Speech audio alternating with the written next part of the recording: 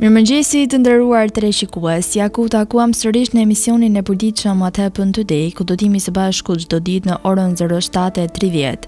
Data sotshëm në 7 nëntor dhe ne kemi përgatitur për ju disa informacione me ngjarjet më të rëndësishme të ditës, të cilat ju ftoj që t'i ndiqni.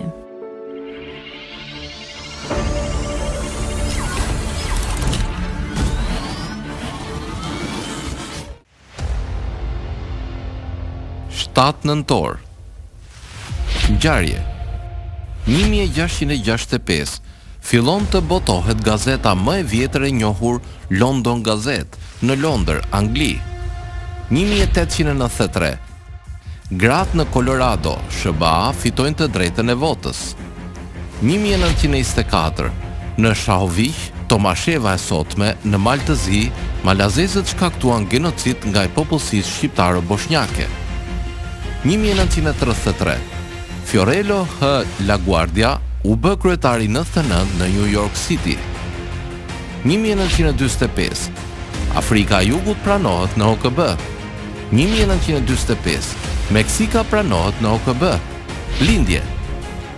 1728 lindi James Cook, eksplorues, lundrues dhe kartograf britanik. 1867 lindi Marie Curie, kimiste dhe fizikante franceze, me preardhje hungareze. 1879 lindi Leo Trotsky, teorist bolshevik dhe marksist. 1913 lindi Albert Camus, dramaturg, eseist dhe gazetar francez, fituesi i çmimit Nobel për letërsi në vitin 1957. 1922 lindi Androkli Kostallari, gjuhëtar, leksikograf dhe akademik shqiptar. 1971 lindi Elvedin Beganović, futbollist bosnjak. Vdekje. 1962 vdiq Eleanor Roosevelt, ish First Lady SBA-ve. 1990 vdiq Laurence Durrell, letrar britanik. 1997 vdiq Muhammad Ali Yamazlabeh, letrar iranian. Festa dhe përvjetore.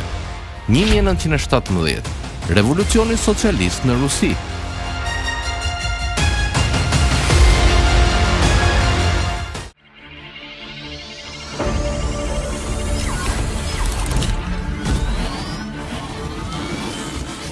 Ndërkohë kemi përgatitur për ju biografinë e Marie Curie, e cila ishte një fizikante dhe kimiste polake. Për më tepër ju ftoj të ndiqni materialin e përgatitur.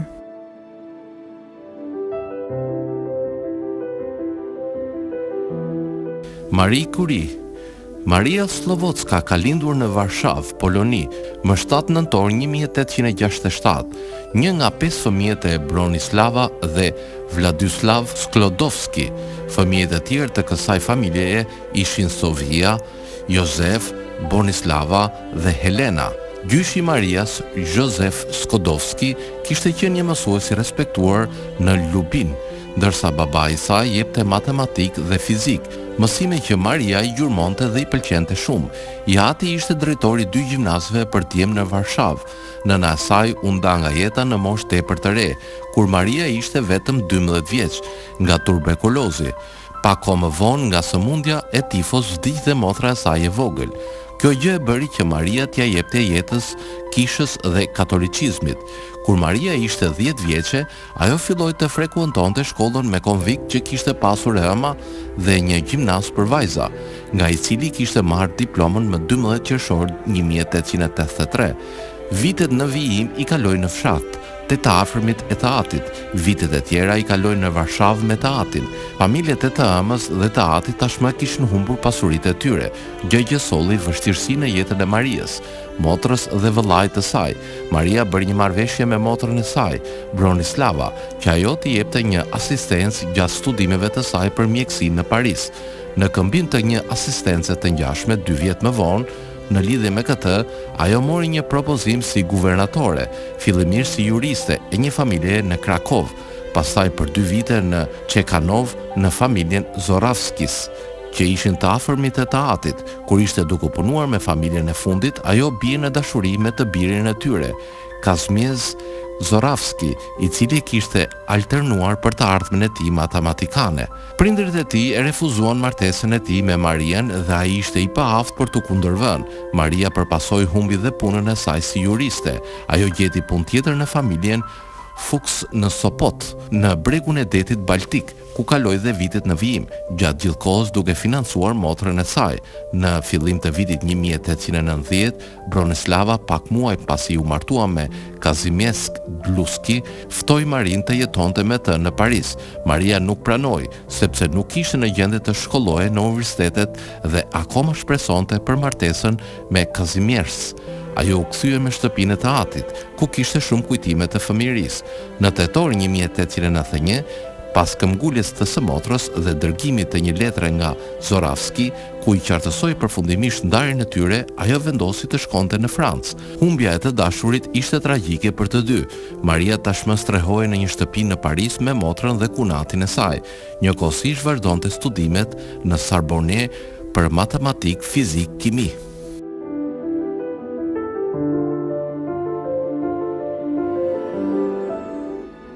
Tani do të kalojmë në rubrikën kuriozitete, ku sot do të flasim për akulloren. A e dini se akulloria nuk ka një shpikës të vetëm? Të gjithë e pëlqejmë akulloren, por është pak e qartë se kush e shpiku atë. Ne nuk e di me siguri se si lindi akulloria. Europianët provuan për herë të parë diçka që ngjante akullores rreth viteve 1300. Eksploruesi i famshëm Marco Polo u kthye në Itali nga Kina me histori të aventurave dhe vendeve egzotike. Ai solli me vete dhe recetën për një ëmbëlsirë që tani ne e quajmë sherbet. Akulloria moderne që të gjithë njohin dhe duan sot ka të ngjarë të ketë evoluar nga kjo recetë, duke filluar që nga shekulli i 16. Por akulloria arriti në formën e saj përfundimtare gjatë shekullit në 20 falë shpikjes së frigoriferëve elektrik. Akulloria nuk është shpik nga një person i vetëm, por është më tepër rezultati një sër kontributesh në kultura dhe shikuj të ndryshëm.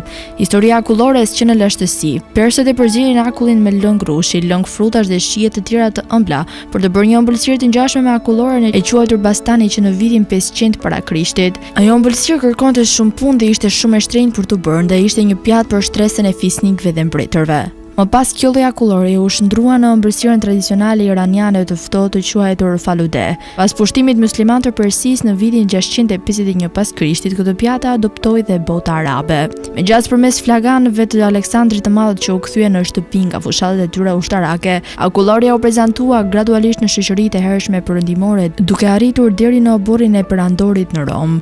Kronikat e asaj kohe tregojnë për ushtrinë e vrapuesve të cilët bardhin akull nga malet në qytetet e mëdha romake gjatë verës. Gjë që tregon se sa e vlerësuar u bë akulloria në mesin e fisnikëve dhe perandorëve romak. Perandori Neron ishte një adhurues i madh i kësaj ëmbëlsire. Edhe Kina kishte ëmbëlsirën e saj të akullt. Rreth viteve 200 para Krishtit, njerëzit në Kinë shijonin një përzierje të thjeshtë qumshti dhe orizi të paketuar në dëbor për të ruajtur dhe ftohur. Ky produkt ishte një luks i kufizuar tek oborri mbretëror dhe shtresa e lartë, siç ishte rasti me ëmbëlsirat e ngjashme gjatë kohërave të lashta. Gjatë sundimit të dinastisë Tang në vitin 618 deri në vitin 907 pas Krishtit, nisi të merrte formë një version më i rafinuar i këtij trajtimi. Thuhet se mbreti Shang punsoi 94 burra të akullit për të krijuar një pjatë me qumësht bualli, miell dhe kamfor. Ndërsa mund të tingëllojë më pak se e shijshme për shijet tona moderne, ajo ishte në fakt pararendse asaj që ne e njohim sot si akullore. Zhvillimi i akullores ishte i madh në Kinë dhe vendet arabe gjatë shekullit të 9 deri në shekullin e 11. Rreth asaj kohe nisi të eksperimentojë akulloret me bazë qumshtit më të ngjashme me ato që ne shijojmë sot. Idetë e tyre u përhapën ndal nga ndal drejt Europës me tregtarë dhe udhëtarë si italiani Marco Polo. Kur Polo u kthye në Itali në vitin 1295, ai e mori me vete këtë recetë. Në Itali receta u ndryshua shumë herë, por duke u shndruar në diçka më afër ëmbëlsirës së ngrirë. Ekonomitë e lulëzuara të qytetshteteve italiane dhe veçanërisht tregtia e tyre me vendet muslimane i vendosi ato në një pozicion unik për të mbështetur këtë ide. Kjo shpjegon dhe arsyen se pse sot e kësaj dite Italia ka një traditë kaq të fortë të prodhimit të akullores. Por me një kosto të lartë dhe pamjet efektive për të ruajtur akullin nëse borën, akulloria mbeti një produkt që mund të konsumohej nga shumë pak njerëz në Europë deri në shekullin e 17 apo në shekullin e 18. Kremi i akullit, siç njehin atë në Italinë Fiorentina, u përhap në Angli diku në shekullin e 16. Ajo shërbehej rregullisht në tryezën e Charlesit të parë gjatë shekullit të 17. Franca e provoi për herë të parë këtë ëmbëlsirë në vitin 1553 kur Caterina de Medici, italiane, u martua me mbretin francez Henrin e II. Megjithatë, të gjithë duket se janë dakord që akulloria u vendos për herë të parë në dispozicion të publikut të gjerë në vitin 1660. Një sicilian i quajtur Procopio Cuto prezantoi një recetë të qumshtit të ngrirë, krem, gjalp dhe vezë në Kafe Procope, kafeneja më e vjetër e Parisit, e cila zotërohej prej tij. Cosimo Ruggeri nga Firenze ka meritën e shpikjes së akullores së parë në oborrin e Caterina de Medicit në fillim të viteve 1530. Megjithatë, Procopio e mori këtë koncept dhe ja prezantoi publikut të gjerë. Teknikat më të mira të ruajtjes në akull bën të mundur që akulloria të prodhohen në sasi më të mëdha dhe më lirë se kurrë më parë. Kjo ëmbëlsirë shkoi në Amerikë në mesin e shekullit të 18. Në vitin 1744, guvernatori i Maryland, Thomas Balden, u shërbente këtë akullore mysafirëve të tij. George Washington i kishte pajisje të posaçme për të bërë akullore në shtëpinë e tij në Mount Vernon. Në vitin 1843, Nancy Johnson shpiku akulloren me kaush, një revolucion ky në prodhimin e akullores. Kjo shpikje zvogloi kohën e nevojshme për të bërë akullore dhe lehtësoi shumë prodhimin, por përhapjen më të madh ajo e pati gjatë luftës së parë botërore. Aftësia për të ruajtur akulloren për periudha të gjata kohore pa e dëmtuar e zgjeroi shumë këtë industri. Në atë kohë prodhimi i saj u rrit me 100 herë, veçanërisht në Shtetet e Bashkuara, të cilat i shpëtuan të padëmtuara luftës. Bari i parë ku serviri vetëm akullore, Ice Cream Bar, u hap në SBA nga Christian Nelson në vitin 1922. Akulloria u bë akoma më shumë popullore në treshjet globale gjatë luftës së dytë botërore, kur akulloret e ngrira dhe të thata u bën pjesë racioneve zyrtare luftarake të ushtrisë amerikane. Ato ju shpërndan ushtarëve amerikanë të gjitha frontet, Europë, Afrikën e Veriut, Azinë Lindore dhe frontet e paqësorit. Në fakt, akulloria luajti një rol qendror në rritjen e marrjes së kalorive të ushtarëve amerikanë, si dhe në moralin dhe shpirtin e tyre luftarak. Tani u ftoj të ndiqni parashikimin e motit në territorin shqiptar për ditën e martë. Territori shqiptar për ditën e martë parashikohet të përshkohet nga një mot i paqëndrueshëm, me diell dhe vranësira kalimtare të shoqëruara me rreshje të pakta shiu që do të jenë të pranishme kryesisht në pjesën jugore të territorit.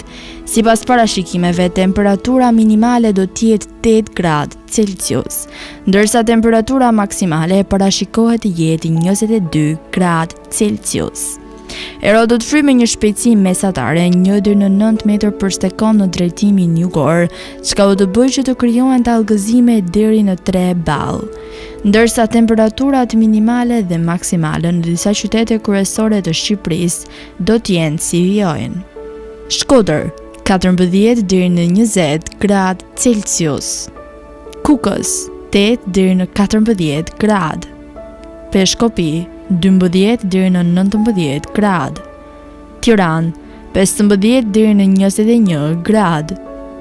Durrës 17 deri në 21 gradë. Kavaj 18 deri në 21 gradë. Elbastan 14 deri në 21 gradë. Berat 14 deri në 21 gradë. Korç 8 deri në 17 gradë. Vlorë 17 deri në 21 gradë. Gjirokastër 12 deri në 19 gradë. Sarand 15 deri në 22 gradë Celsius. Tani u ftoj të ndiqni parashikimin e motit në territorin e Kosovës për ditën e martë. Territori i Kosovës për ditën e martë parashikohet të përshkohet nga një mot i paqëndrueshëm, me diell dhe vranësira kalimtare të shoqëruara me rreshje shiu, kryesisht në pjesën qendrore të territorit. Sipas parashikimeve, temperatura minimale do të jetë 6 gradë Celsius, ndërsa temperatura maksimale parashikohet të jetë 19 gradë Celsius. Herodot fry në drejtimin juglindor me një shpejtësi mesatare 1 deri në 3 metër për sekond, ndërsa temperaturat minimale dhe maksimale në disa qytete kryesore të Kosovës do të jenë si vijojnë. Mitrovic 9 deri në 15 gradë Celsius. Podujev 6 deri në 12 gradë. Skënderaj 7 deri në 16 gradë. Pej 12 deri në 16 gradë. Prishtinë 8 deri në 18 gradë. Gjakov 9 deri në 18 gradë. Malishev 10 deri në 18 gradë. Gjilan 7 deri në 18 gradë. Ferizaj 9 deri në 18 gradë. Kaçanek 10 deri në 17 gradë. Prizren 8 deri në 19 gradë Celsius. Të nderuar teleshikues, kjo është gjithçka e përgatitur për emisionin e sotëm. Bashkë do takohemi sërish nesër po në të njëjtën orë. Ndërkohë të ndiqni programacionin në vim të Drita Televizion, si dhe mos harroni të na ndiqni në rrjetet tona sociale, TikTok, Instagram, Twitter dhe Facebook, si dhe në websajtin ton drita.tv.